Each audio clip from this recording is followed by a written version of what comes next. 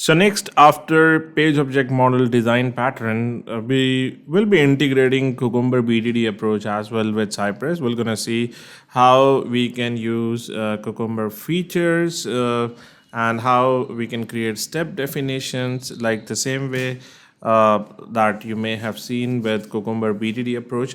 But before we jump into Cucumber integration with Cypress, I want that you should go through some basic concepts of Cucumber JS.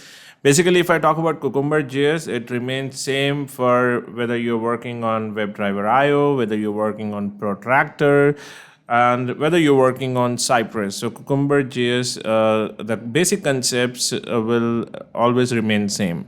So what I'm going to do, in the next few lectures, I'm going to add some of the lectures from my Protector course.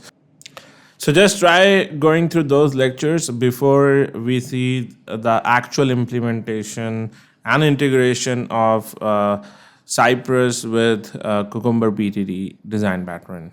All right. Thank you.